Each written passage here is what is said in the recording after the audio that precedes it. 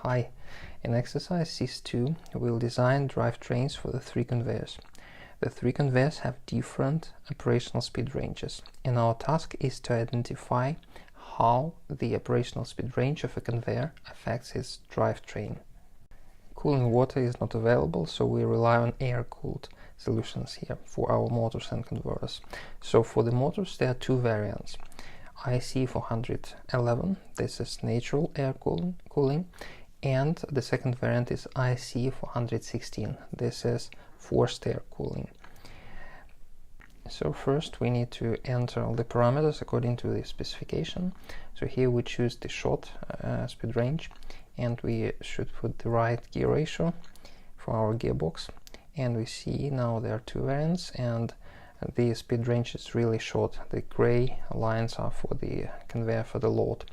So there are 2 motor variants. If we take the first one, which is 28,000 in price, we see that how our curves are positioned relative to each other. That the conveyor curve is just below the system curve, and conveyor overload curve or line is also below the overload line for the system.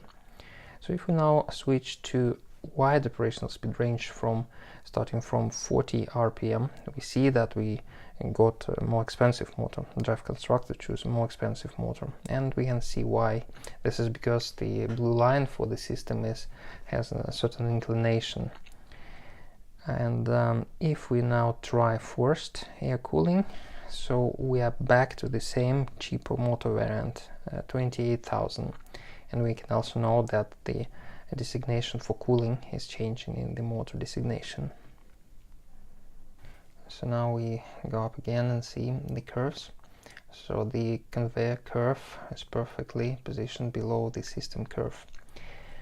Now if we want to try the overspeed situation, where the maximum speed is just above 200 RPM and minimum speed is 180, so now we can see that basically we get the same motor as for the first variant with the short operational speed range. So overspeed is not a big problem at all.